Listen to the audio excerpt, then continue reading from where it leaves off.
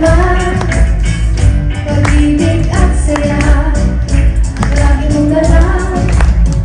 Okay, sarap isipin mga alaala, kabutihan ng Diyos sa buhay kayo lubos. Ngayong Pasko'y magdiwang, tayo'y magmahalan. Ngayong Pasko'y magdiwang, tayo'y magbigayan. Kabutihan ng sapat, ikaw at di maaw, gusto niyong papasalamat. Ibibigay lahat-lahat, kabutihan ng sapat, ikaw at di maaw, gusto niyong papasalamat. Ibibigay lahat-lahat.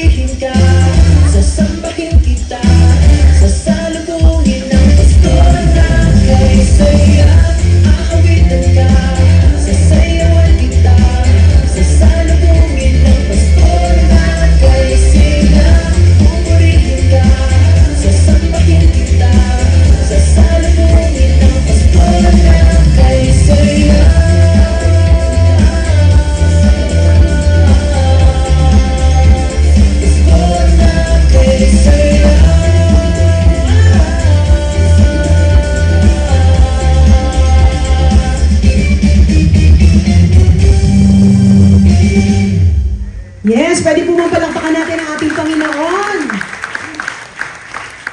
Nakaka-proud po ang ating CMP team. Tama po ba? Pwede po bang, sige, palakpak sa Panginoon, palakpak din para sa kanila.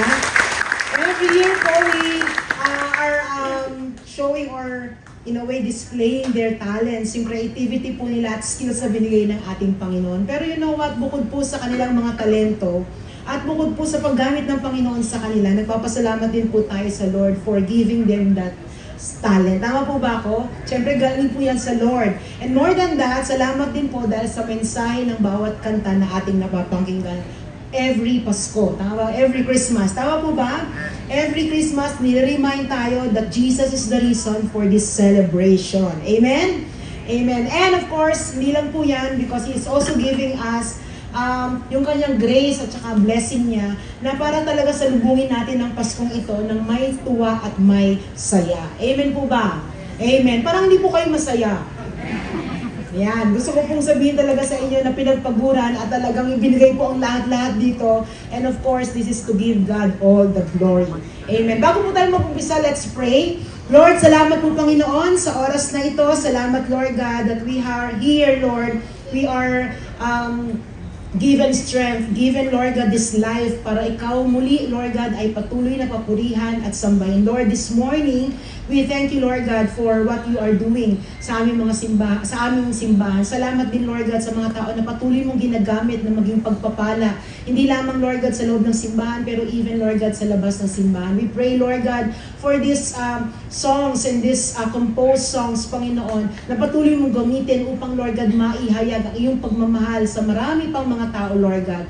We pray, Lord God, that you will anoint this song, Lord God, to really convey the real essence, Lord, the real meaning of this celebration of this Christmas, Panginoon. Lord, we pray this morning sa aming pag-uusapan, we pray for your presence. We continue, Lord God, to pray na ikaw ang Diyos na patuloy na kumalinga at patuloy na mag-minister at patuloy na mag-anoint sa bawat isa sa amin, Lord God. Whatever you want to receive, Lord God, whatever you want us to receive, Lord, we say we are open and we receive whatever you have in store for all of us. Patuloy namin ibinibigay ang aming attention, ang aming buhay para sa iyo, Lord God, at patuloy na ikaw ang kumilos sa bawat isa sa amin, Lord God. We give you all the glory, all the adoration belongs to you. We worship you, Lord God. In Jesus' name, we pray. All of us will say, Amen. Amen. Yes, palakpak po para sa Panginoon. Pwede po bang i-welcome niyo yung katabi niyo? Welcome niyo po sila.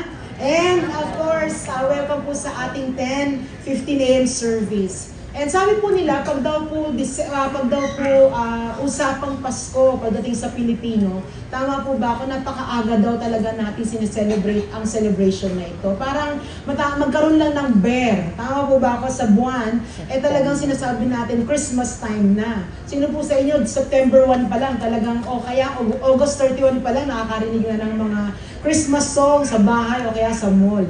Nyo ba? And of course, excited tayo niyan. Parang iba kaagad yung nararamdaman natin. Pero definitely, pag buwan po ng Disyembre, iba rin po talaga yung month ng December. Sabi nila, wag daw tayong ma-stress at magkaroon daw tayo ng hassle-free na celebration during this holiday. Wag daw natin intindihin yung mga inaanak natin na napakadami, o kaya yung mga regalong dapat natin i-prepare. Pero dapat daw po magkaroon tayo talaga ng tamang focus at perspective para i-celebrate ang araw na ito, ang celebration na ito. And because we are already in the month of December, I believe na very timely po ang ating series ngayong buwan na to. Of course, it's Christmas series. Yan naman po talagang ating pinag-uusapan. And tuwing sasapit po ang season na ito, alam po natin na minsan paulit-ulit o kaya po pare-pareho lang ang mensahe na ating naririnig. Tama po ba ako? Mahirap po pagka talagang diniscuss natin ang, okay lang din naman po kung mag-discuss tayo ng mga ibang bagay, pero usually po, every time we have this season, talagang tungkol o patungkol po sa Kapaskuhan ng ating pinag-uusapan. Pero this is what I believe. Kahit po pare-pareho yan, o kahit po pare-pareho, paulit-ulit ang mensahe, I believe na meron pong kakaibang ginagawa ang Panginoon sa atin. Amen po ba? It's always as powerful as it is pagdating po sa mensahe, sa nais niyang iparating sa bawat isa sa atin. Meron pong word at meron po talagang rema, yung talagang na-word para sa atin sa mga bagay na ito. Kaya wag po nating mamiss yan every time that we are attending the service and hearing these messages or this message para po ngayon, Paskong ito, o para po sa season na ito. The title of today's message for week 1 sa ating Christmas series is John the Baptist, Forerunner of Christmas. Okay po ba yan? Sabi nila, alam po natin ng star of this season is, sino po? Si Jesus Christ. And aside of course kay Jesus Christ, we are also sometimes discussing about Mary, Joseph, o kaya yung mga shepherds, o kaya kung sino-sino pang mga characters na hindi ko po nabanggit ngayon, pero very familiar po sa atin na sila po yung mga main characters during this season. And of course, yung truth of the matter is that we seldom talk about John the Baptist. Sama po ba ako? Minsan, maririnig natin sila, o kaya maririnig natin na na-mention si John the Baptist, pero definitely not a sermon or not specifically discussing about him. Pero ngayong umaga po, ito po at siya po ang ating pag-uusapan. Sabi po dito, John the Baptist is one of the most important characters in the Christmas story. Po, no? Parang nung inaaral ko siya, sabi ko, grabe, no? Kasi sabi dito, a lot of people are missing it. And I am including myself doon kasi sabi ko, hindi ko nakikita na part po siya ng Christmas story na ito. And sa title po natin, sabi dito, Forerunner of Christmas. Ano daw po ang ibig sabihin ng forerunner? Pag sinabi daw pong forerunner, it comes from the Greek word prodromos, which means scout or guide. Hindi lamang daw po yun, sabi dito, it's the one who goes or is sent in advance to announce the coming of someone or something that follows. And we may tend to unintentionally ignore, o kaya in a way, unintentionally, hindi natin siya talaga nabibigyan ng time, ng moment niya, o na-discuss ang patungkol sa kanya. But did you know that all the 4 evangelists, the 4 Gospels, Matthew, Mark, Luke, and John, ay ina-announce o sinasabi o may mention po ni John the Baptist yung pagdating niya before the Lord's coming.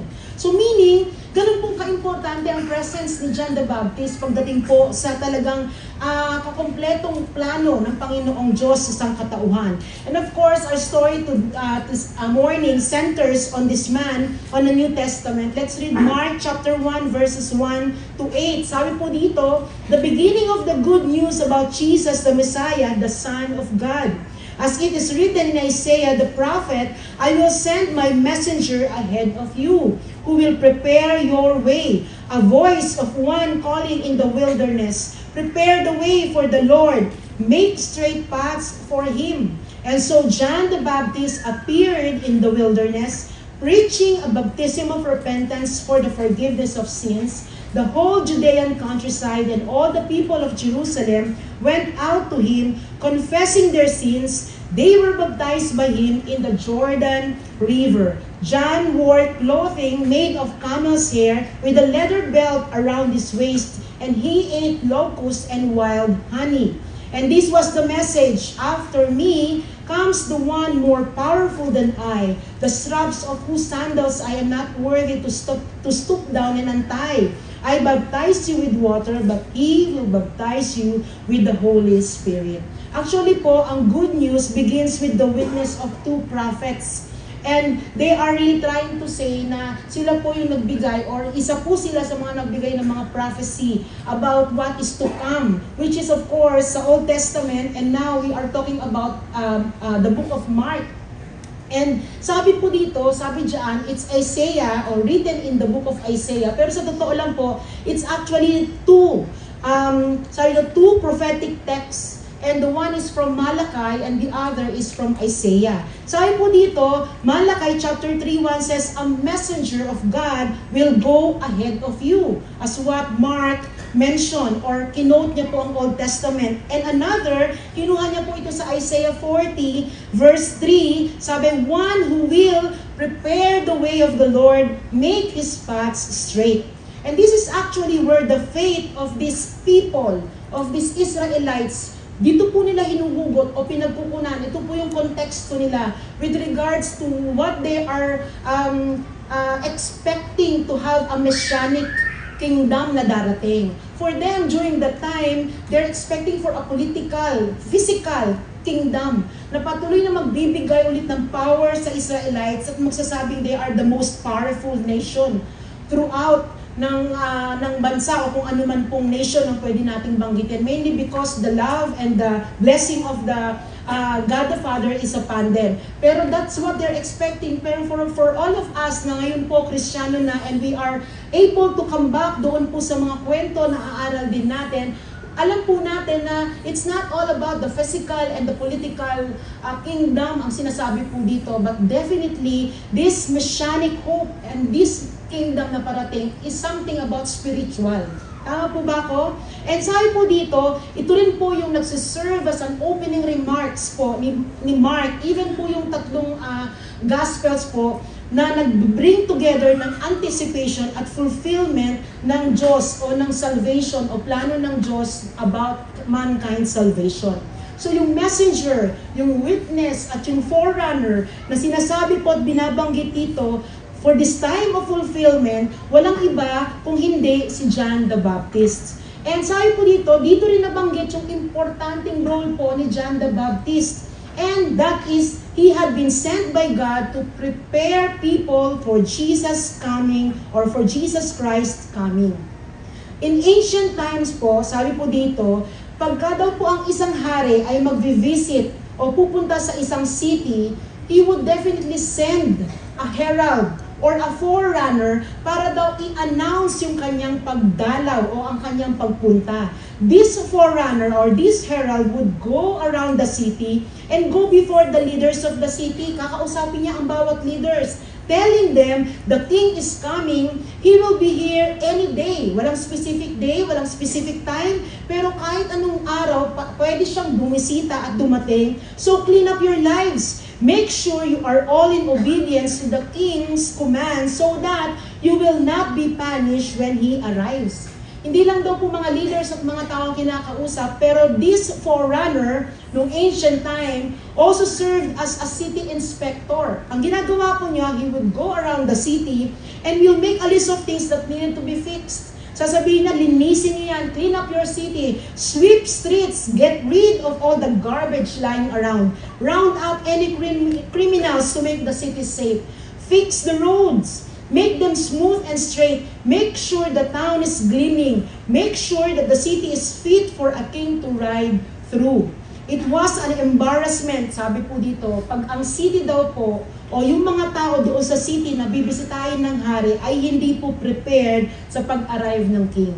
O kaya po, hindi lang daw po, it will be an insult para po sa hari pagka po nakita niya that they are not properly prepared sa kanya pong pagdating.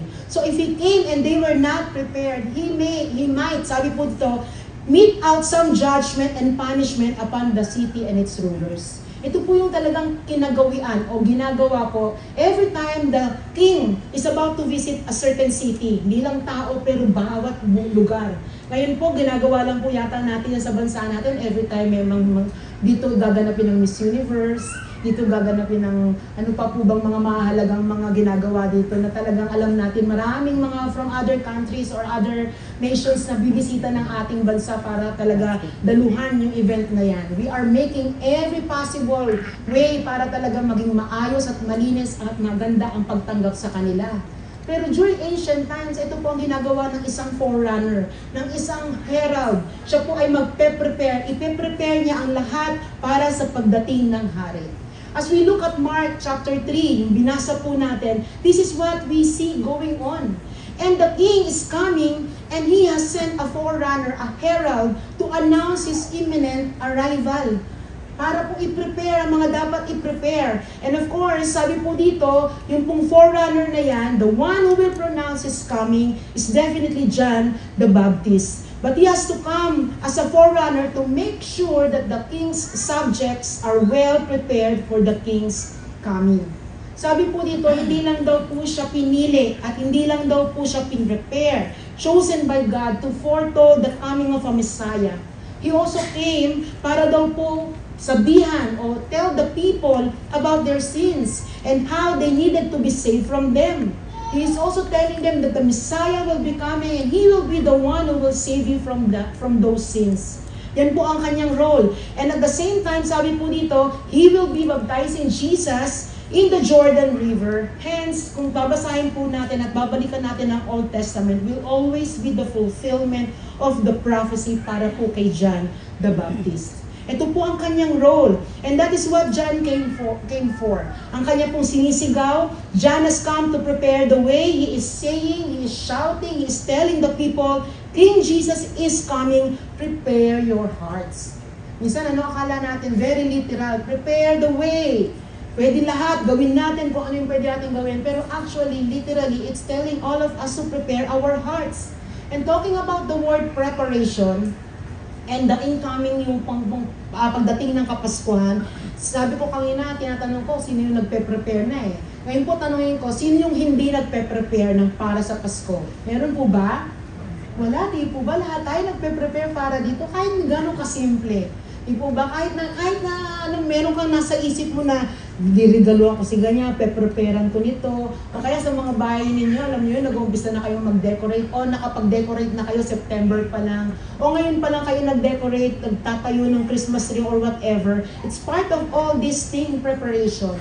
Pero sabi po dito sa lahat ng yan, it's just a physical and external preparation.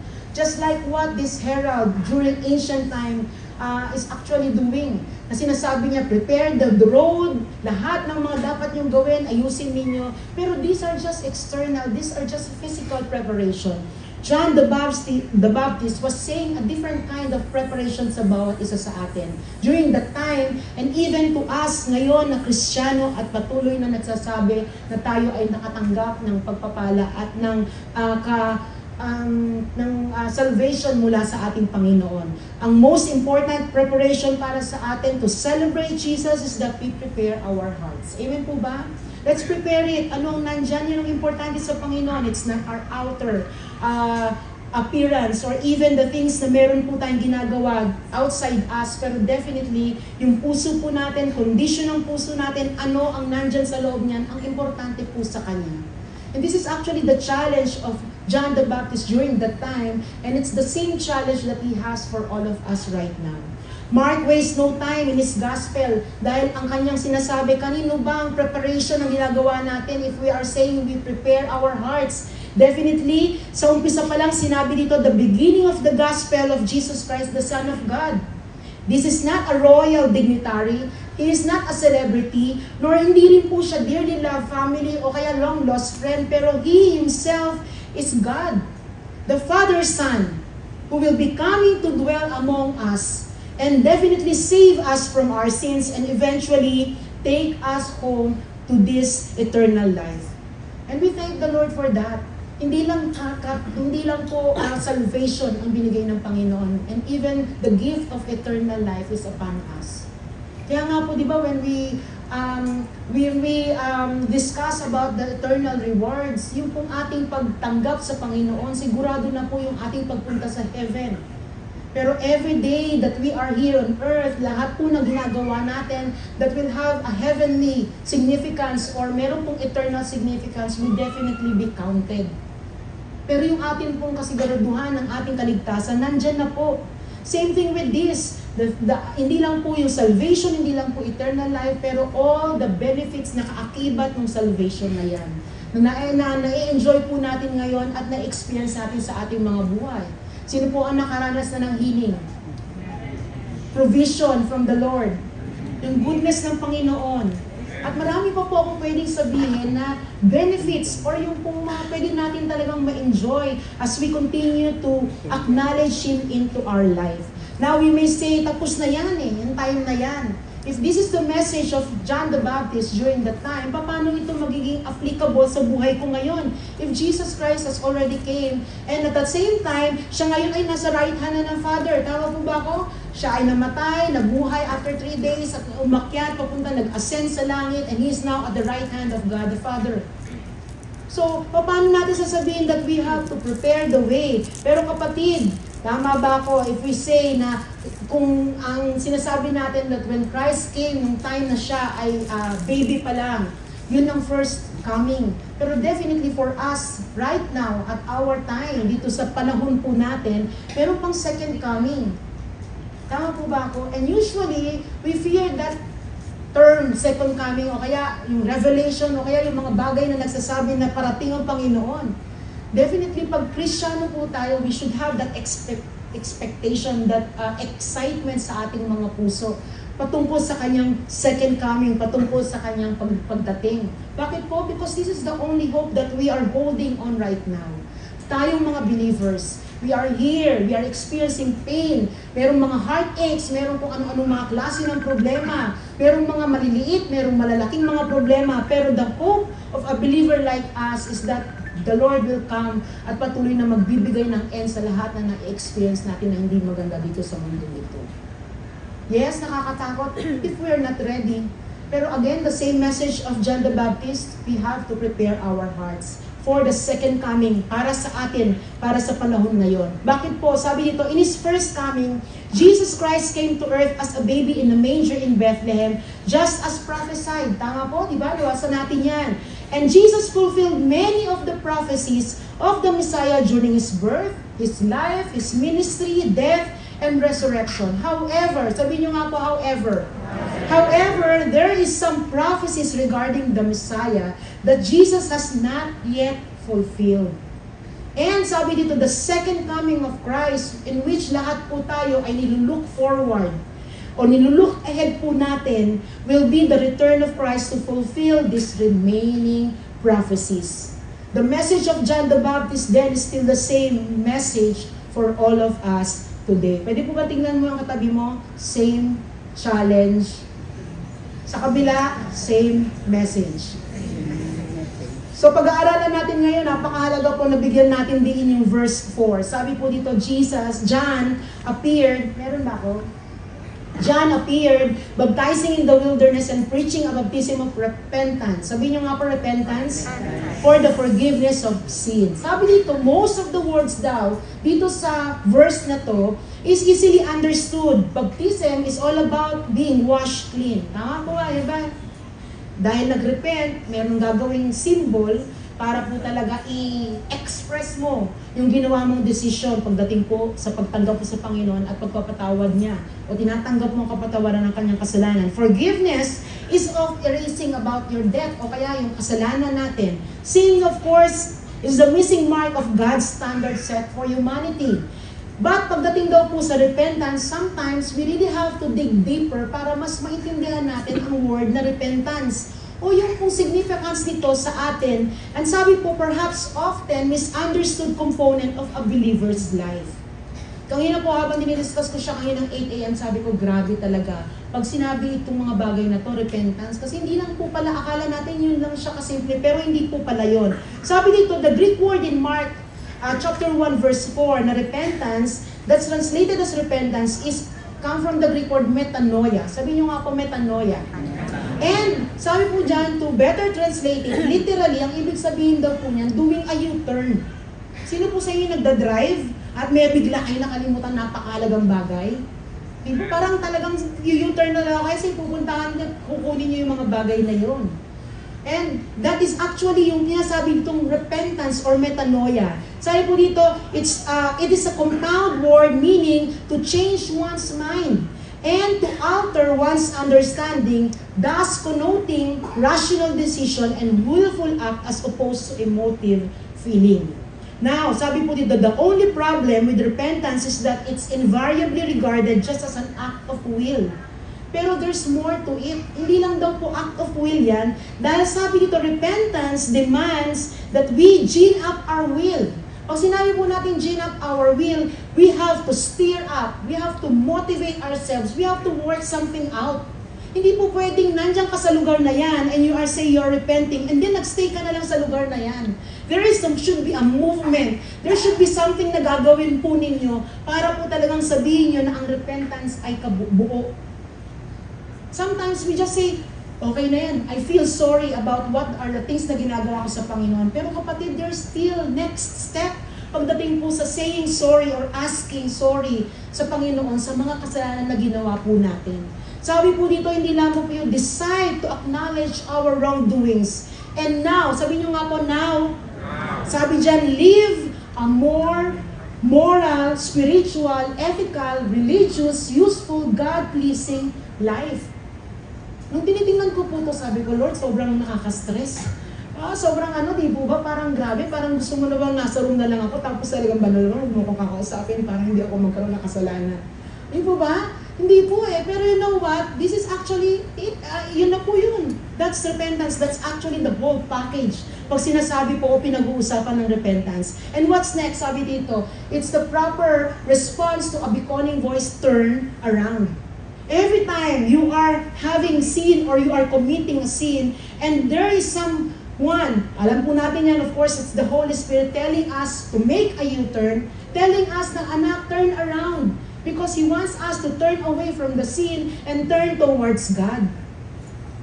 So, hindi lang po, alam po kasalanan to, naku Lord, sorry po talaga, pero palapit ka ng palapit sa kasalanan. You know what? Sin, kahit ayaw po nating tanggapin, has an enticing power sa bawat isa sa atin.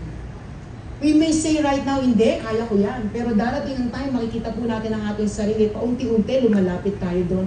Because it's very enticing para po sa atin.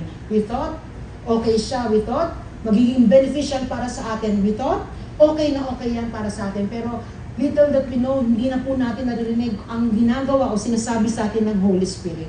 Sabi po dito, repentance involves a heartfelt, sabi niyo nga po heartfelt? A heartfelt conviction of sin, a contrition. Pag sinabi po contrition, it's a remorse, feeling so sorry. And over the offense to God, a turning away from the sinful way of life and turning towards a God-honoring way of life. Kapatid, pag tinitignan natin, it's too much sa atin because we know that we are all sinners. Hindi madali. Pero you know what? There is the Holy Spirit who is there helping us, making these things possible.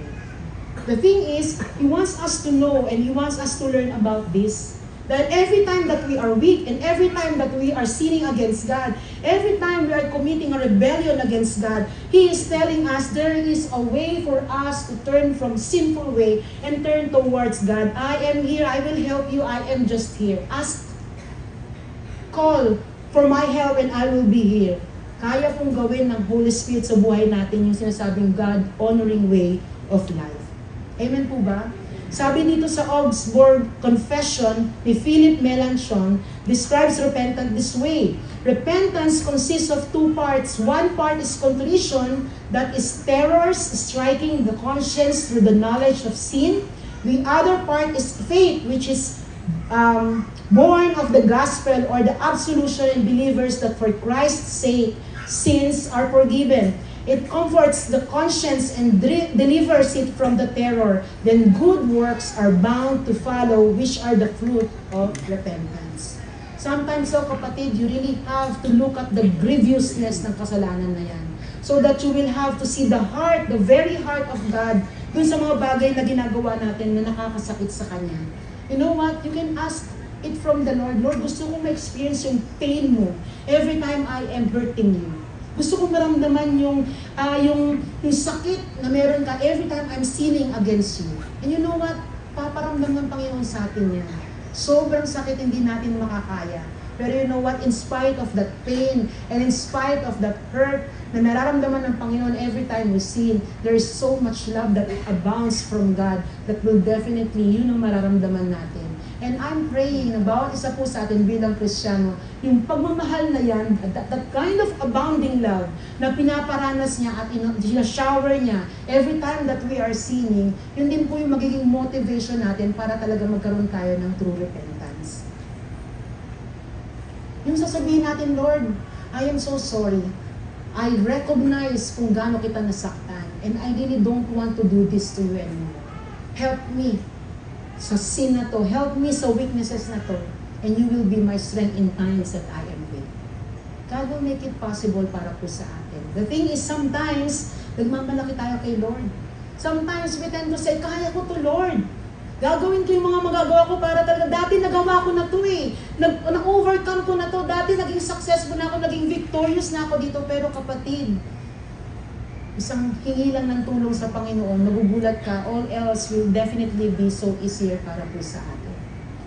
Now, from this, sabi dito, from Philip's quotation, sabi po dito, let us look at the 3 R's of repentance, or 3 R's to repentance. Number 1, recognizing your sin.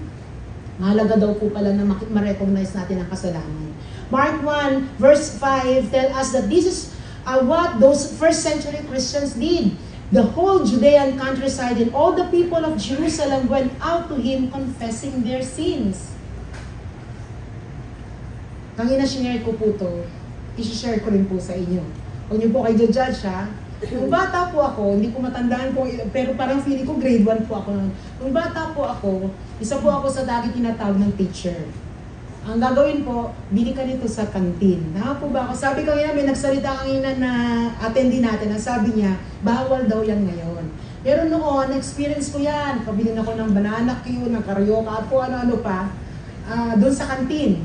So sabi ng teacher ko, bili ka ng soft drinks. So nasa soft drinks yung punta ako, bili ako.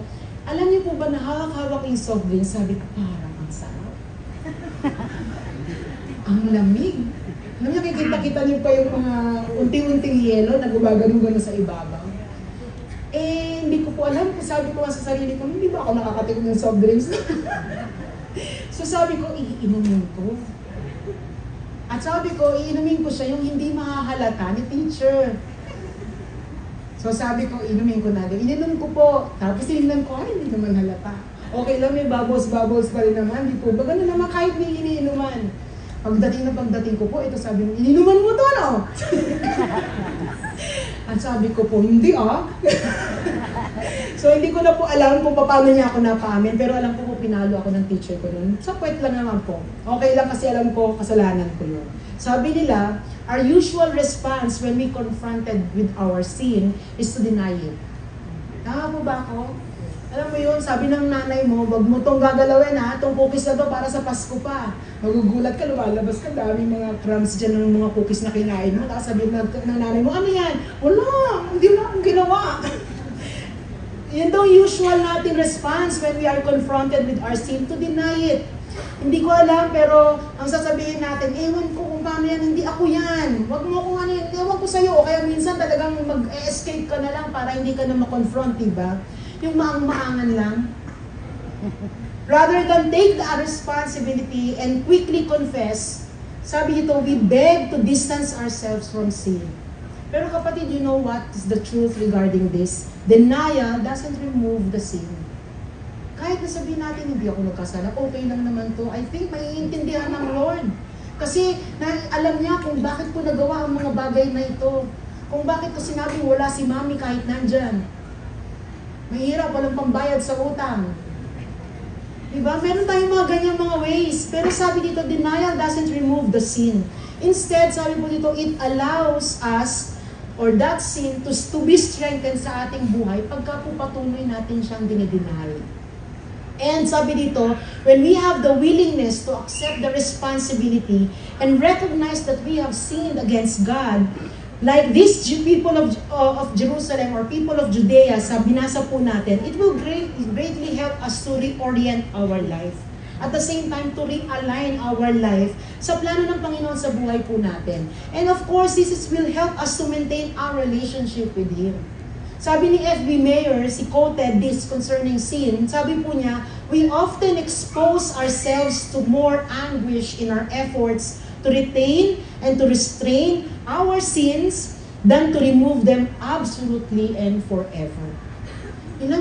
Ewan ko po pero ilan po sa atin yung ang tagal nating iningatan yan, ang tagal nating dininay, ang tagal natin talagang pinaretain yan sa buhay natin. All of the sudden, nung give up mo yan sa Lord at sabi mo, Lord, ito na, i-offer ko na to sa'yo, palitan mo na lang ng peace mo, palitan mo na lang ng grasya mo, patawarin mo ako dito, naging madali ang buhay natin, mas magaan ang nararamdaman natin. Pero hindi natin na-realize ang bigat-bigat na dinadala natin because we keep on denying the sin sa buhay po natin. We don't want to have to take the responsibility para i-acknowledge to sa buhay natin na nandito siya. And all of a sudden, napakadali lang pala pag talagang binigay natin siya sa Panginoon.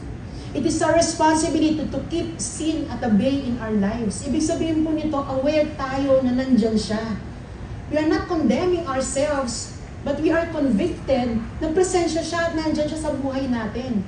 At alam natin, identify natin siya, nare-recognize natin ang presensya ng kasalanan na yan, pero hindi natin nahayaan na maapektuhan tayo o lalo tayong palubugin sa putik ng kasalanan na yan. Dahil you know what? Inahon na tayo ng Panginoon eh. From that putik na yan, yung mahirap na mahirap alisan. And we have experienced a life that is so free of all of these things. Huwag na nating hayain na bumalik pa doon. We don't want to empower them sa buhay po natin. Amen po ba? Every time you deny that sins or every time you make excuses or rationalize all those sins, you are empowering those sins sa buhay po natin. We must deal with the presence of sin. Learn to recognize them. Again, gusto ko po sabihin, not to condemn yourself, pero just to convict. O the Holy Spirit, let the conviction of the Holy Spirit flow sa buhay po natin. Because pagka-conviction ng nandyan, alam po natin ang susunod niyan ay pagmamahal at kapatawaran ng Panginoon. Sabi po dito, the intentional practice of recognizing sin can draw us nearer to Jesus and becoming the people our Heavenly Father created us to be. And of course, after recognizing those sins, we have to go on the next step, which is to confess it. Hingi natin ang tawad yan sa Panginoon because as we confess our sins, we know that Christ has already paid for them in full. He promises His forgiveness and the power to break sin's control over us. Kapatid, gusto kong marinig mo po ito, wala nang control ang kasalanan sa buhay mo ngayon. Yes, we are sinning, pero hindi tayo slave ng kasalanan na yan. Definitely, the power of Christ in us will definitely break that power. Wala nang power ang kasalanan na yan sa buhay po natin. Kung natin hayaan na bigyan siya ng power, kung natin hayaan na, hindi ko na talaga kaya itong maalisan, ito na talaga ang condition ko, ito na talaga ako, hindi ko alam kung paano. Merong way, merong paraan, and that is confessing the details of our sin to God. And it's part of throwing off everything that hinders and the sin that's easily entangles us. Para daw saan? So that we can run with perseverance the race marked out for us. Ito po yung binabanggit ko kanina na tatakbo ka, you will be on a journey na light free. Yung sabihin na lang travel free, travel light. That's the term. Na wala kang bigat-bigat na dala-dala dyan kung hindi napakagaan ng iyong journey or nais ng Lord na natahakin mo with our Christian journey. Number 2R, receive forgiveness from God. Napakahalaga daw po nito that when we confess our sins, have the kind of assurance na ikaw ay pinapatawad niya. Lahat tayo nagkasala. Sabi sa Ecclesiastes 7:20, there is not a righteous man on earth who does what is right and never sins. Wala daw kahit isa. 1 John 1:8, if we claim to be without sin, we deceive ourselves and the truth is not in us. So baka daw puro kapalaluhan ang meron tayo pag sinasabi natin na righteous naman ako, okay naman ako. All sin is ultimately an act of rebellion against God. Dati po, nung hindi pa ako Kristiyano, sabi ko, siyempre kung sino-sino yung mga tinatawag ko, hindi ko na po sasabihin. Pero di ba sasabihin ko, hindi naman po ako nangalunya. Hindi naman po ako nagnakaw. Hindi naman ako pumatay. So I think, Lord, bless mo po ako. Kasi okay lang naman po ako. Wala po akong ganong malaking kasalanan. Nasasabi ko pa yata, wala naman po akong kasalanan ginawa. Pero nung naging Christian tayo, di po ba? Even the little lies, even the little things na ginagawa natin that hurts God is a sin, a rebellion against God. That is why the Bible tells us that we desperately need God's forgiveness. Kailangan natin to, kailangan natin ng Savior.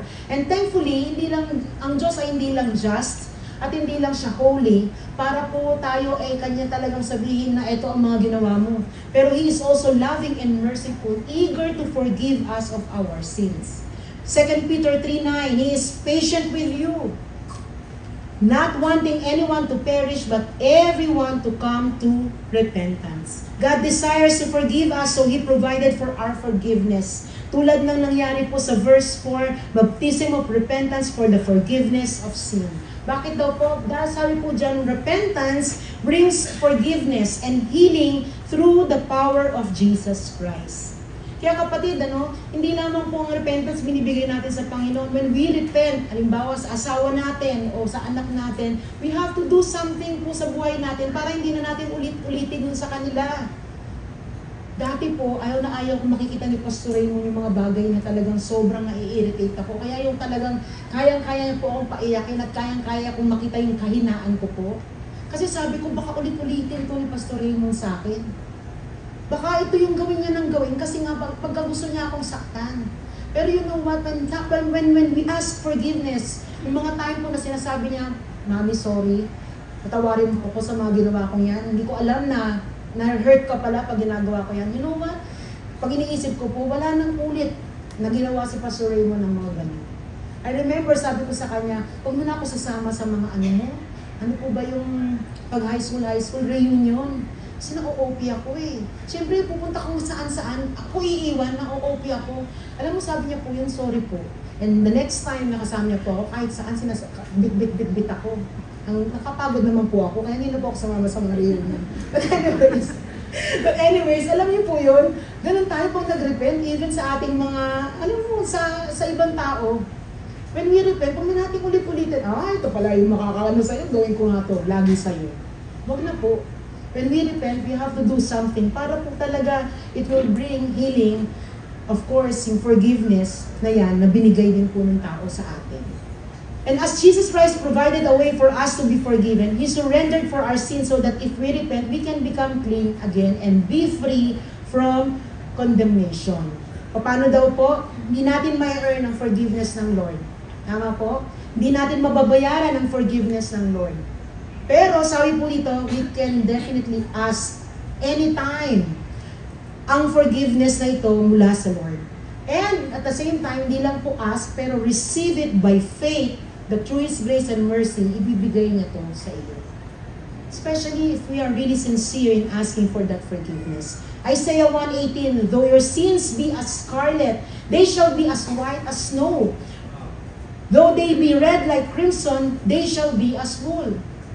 1 John 1:9, if we confess our sins, He is faithful and just and will forgive us our sins and purify us from all unrighteousness. Huwag po kapatid na naghingi na ako ng tawag pero grabe pa rin yung nararamdaman ko. When we ask for forgiveness, receive. Learn to receive. I know a person na gustong-gusto niya po nagbibigay siya ng mga gifts sa mga tao. Pero pag siya po ang binigyan mo ng gift, parang hindi niya, hindi po kaya ng sistema niyang tanggapin yung regalo na binibigay sa kanya. Especially pag significant po ito, kaya parang alam niya na naku, ang mahal nito, kaya pera po na malaki-laki yan. Ayaw niya talaga yan, parang hindi hindi niya alam. And you know what? Minsan dumating po siya sa point na nag-uusap po kami. Ang sabi ko po sa kanya, you also have to learn the gift of receiving. Bawal isa po sa atin. Dapat po makita rin natin yan. Huwag tayong mahiya pag binibigyan tayo. Praise God, kasi alam natin pag binigyan tayo, be-bless ng Lord yung nagbigay na yan sa atin. The Lord Almighty forgives us for all our imperfections. Praise God. Because of Christ, our sins are forgiven. God holds no grudges about isa sa atin. Alam mo yun, yung sasabihin niya, nung isang araw nga, nanood ka ng ganito, kinlik mo nga yung ganito, eto nga, hindi niya tayo gaganin. Alam mo, He keep no record of wrongs. Amen? But when we ask, as white as snow, okay, balik ulit sa step number 1. Kaya nga kapatid, every time na matutulog tayo, let's ask God's forgiveness. Kaya tayo magising Meron tayong mga kasalanan na hindi natin na-ask ng forgiveness sa Panginoon. He forgives us completely. Amen po ba? Walang malalim, walang malaking kasalanan, walang strong na kasalanan na hindi niya kayang patawarin. Number 3, reforming your life.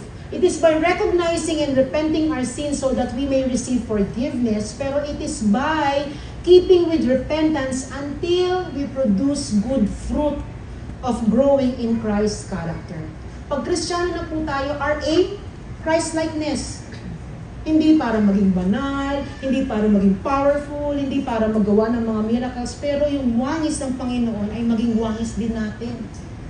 Kung gaano siya nag-humble before God nung siya ay tao dahil lahat ng will ng Panginoon gusto niyang gawin sa buhay niya, hindi yung will niya, it's the same thing with us.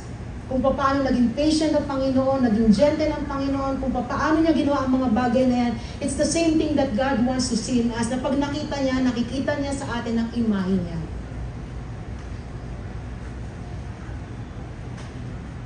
The journey of sanctification is always an ongoing journey para po sa atin. Hindi siya matatapos.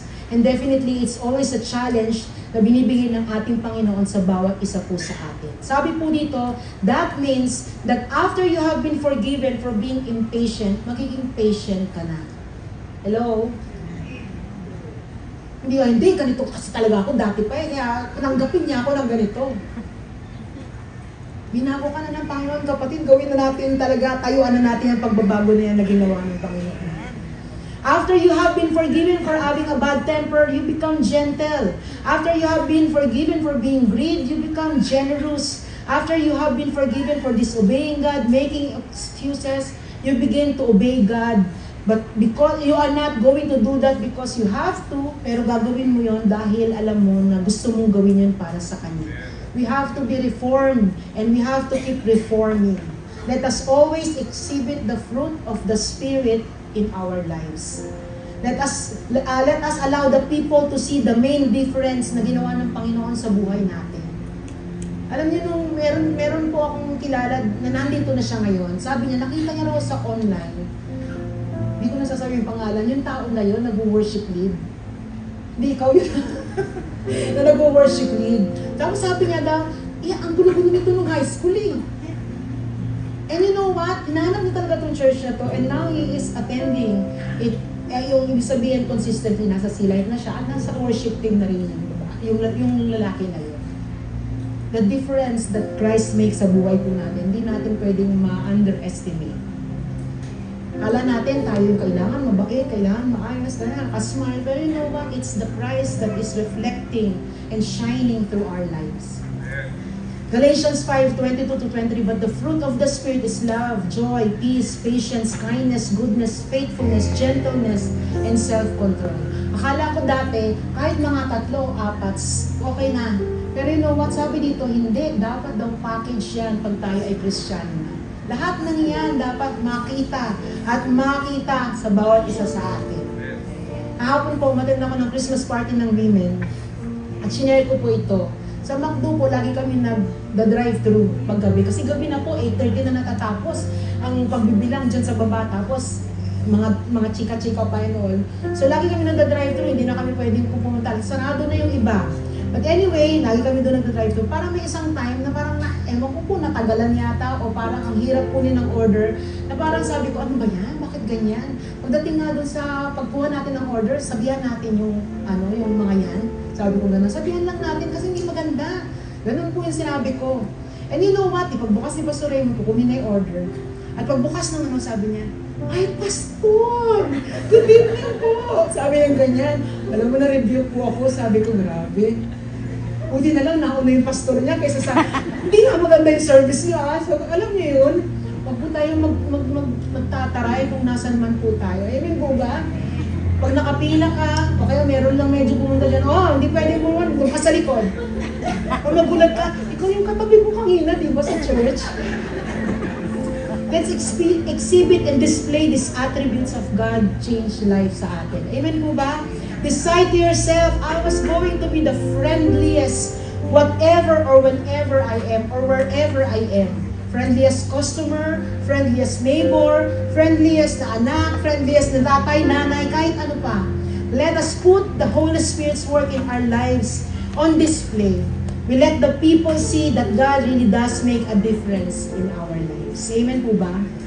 Yung message po ni John the Baptist is very important po sa atin. The preparation that we have to do. This Christmas season, marami tayong ginagawa. Marami tayong mga ways na kung saan nandun tayo nakatuon sa external things ng buhay natin. Pero kapatid, nakakalungkot. Kasi yung mga external things na yan, pag hindi po naibigay ng buhay na ito sa atin, malungkot tayo.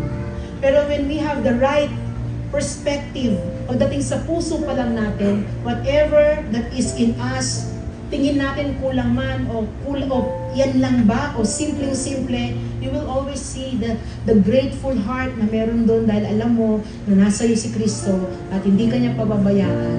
And as you continue to prepare our hearts, ina-identify natin kung nasan tayong level ng buhay po natin, ano yung mga kasalanan na nag-take hold sa atin, and as we come to Him and ask for His forgiveness, yung abounding love, grace at mercy ng Panginoon ang nararamdaman ng bawat isa sa atin. Amen po ba? Pwede po bang tayo tumayo and let us experience the love and grace and mercy of our God. Tayo po'y magpuri sa Kanya. Let's sing this song po.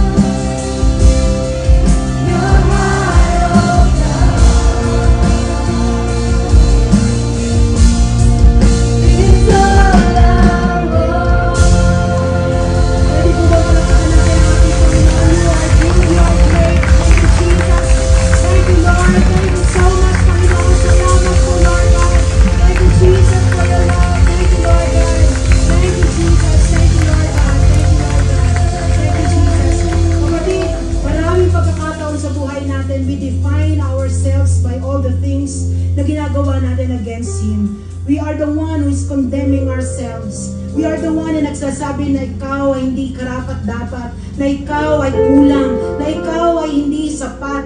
Pero the Lord is looking at you and defining you according to His love, according to His mercy, according to His kindness, according to His faithfulness sa bawat buhay natin. And every time that we are experiencing these things, dalayan ko kapatid that it will lead us to repentance. It will lead us to move a step na kung saan we will continue to turn away from sin but run towards God, wherein yung peace ng Panginoon, yung provision ng Panginoon, yung kabutihan ng Panginoon, kagalingan ng Panginoon, at lahat ng mga bagay na gusto mong ma-experience ay patuloy nating marireceive. Lord, we say we receive your kindness, we receive your grace, we receive your mercy as we continue, Lord God, to draw our near selves, ourselves, Lord God, sa'yo, near to you, Panginoon, and we ask for your forgiveness, and we confess our sin. Alam namin, Panginoon, that you are there loving us, welcoming us with an open arms, Panginoon, and we say, Lord God, we receive your love, Lord God. We give you praise, we give you all the glory, Lord God. In Jesus' name we pray. Amen and amen and amen. Tayo kayo makakaupo na and we'll be watching this video po.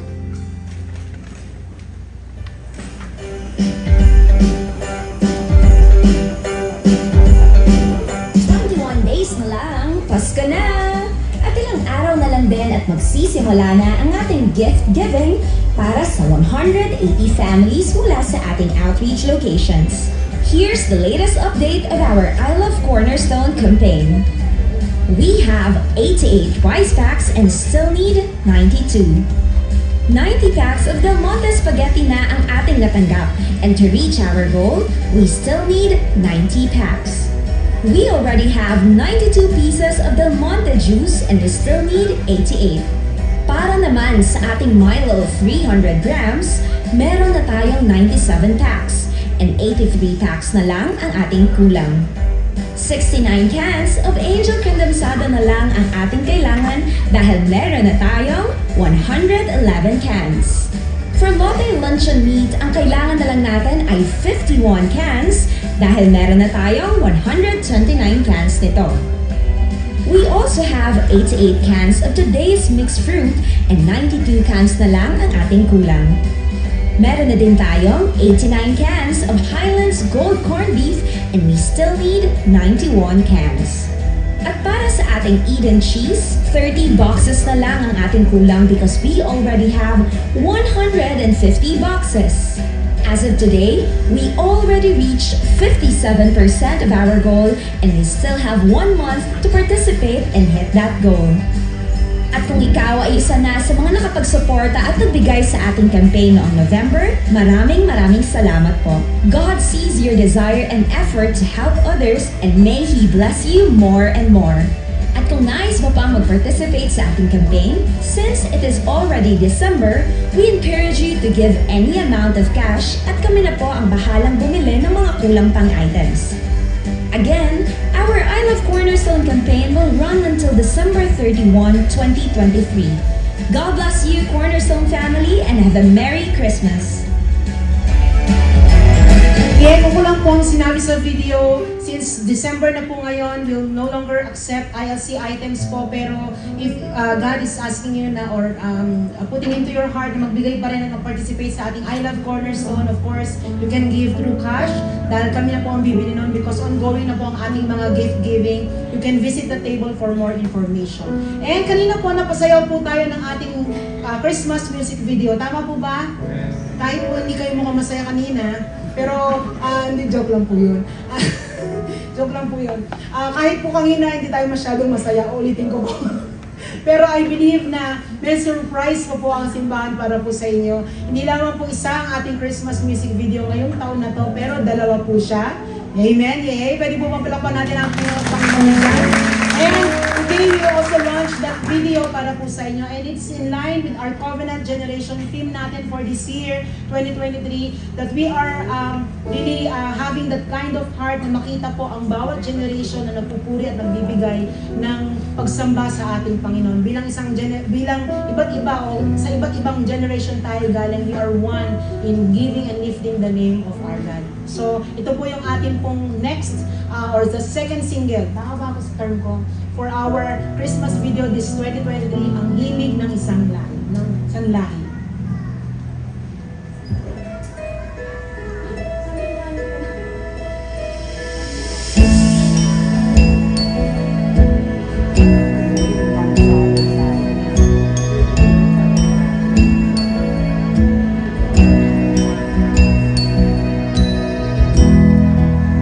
Ramdam na naman ang himig ng hangin, kislap ng mga bituin ay bumabati sa saling ng paligid, panaagim-ilimig, daluya'y pag-ibig, sa ngiting di mapigil.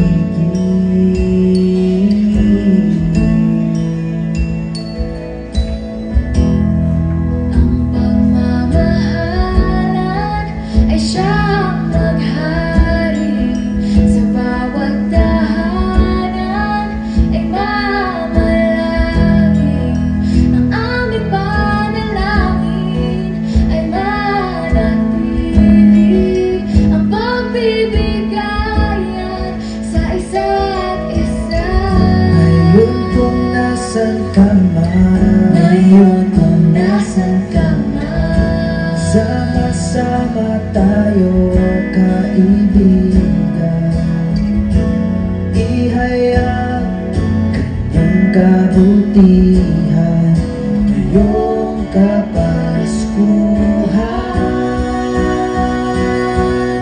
Ikaw ang aking pag-asa, ikaw ang laging kasama, ikaw, Jesus, ang diwa ng Pasko.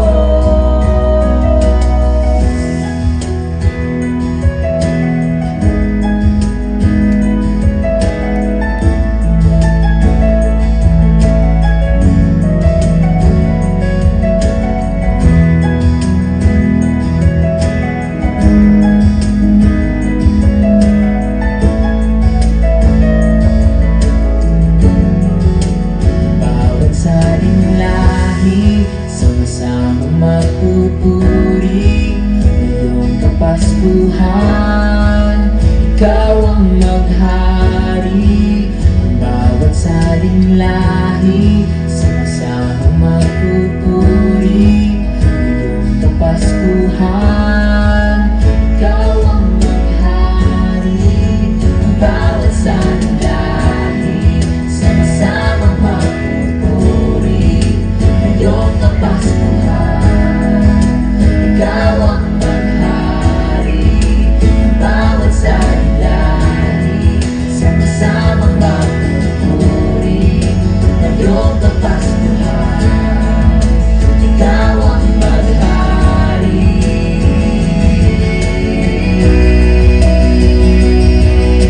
Ikaw ang aking pag-asa. Ikaw ang laging kasama. Ikaw, Jesus, ang diwa ng Pasko. Ikaw ang aking pag-asa. Ikaw ang laging kasama. Ikaw, Jesus, ang diwa ng Pasko.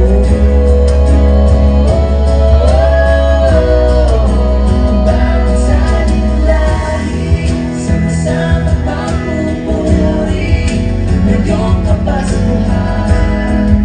Ikaw ang maghari ng bawat saling lahi, sama-samang magpupuri ngayong Kapaskuhan. Ikaw ang maghari ng bawat saling lahi, sama-samang magpupuri ngayong Kapaskuhan. Ikaw ang maghari. Amen. Palakpakan po natin ang ating Panginoon. I stand myself corrected, hilig ng salin lahi. Appreciate nyo rin po yung lighters, ha? Nandun po kami labas na Raymond, hindi nyo lang kita. But anyway, we thank the Lord for this music video para po ngayong Paskong ito. Of course, dahil December po, we have our Simbang Gabi. It will be on December 20, 21, and 22. Meron pa rin po tayong simba ng 24 at saka ng 31. It will be 6:30 p.m. dito po sa atin pong location at the 3rd level. And of course, inaayayaan po namin ang inyong mga anak. If you have 3 years old ba, Mel?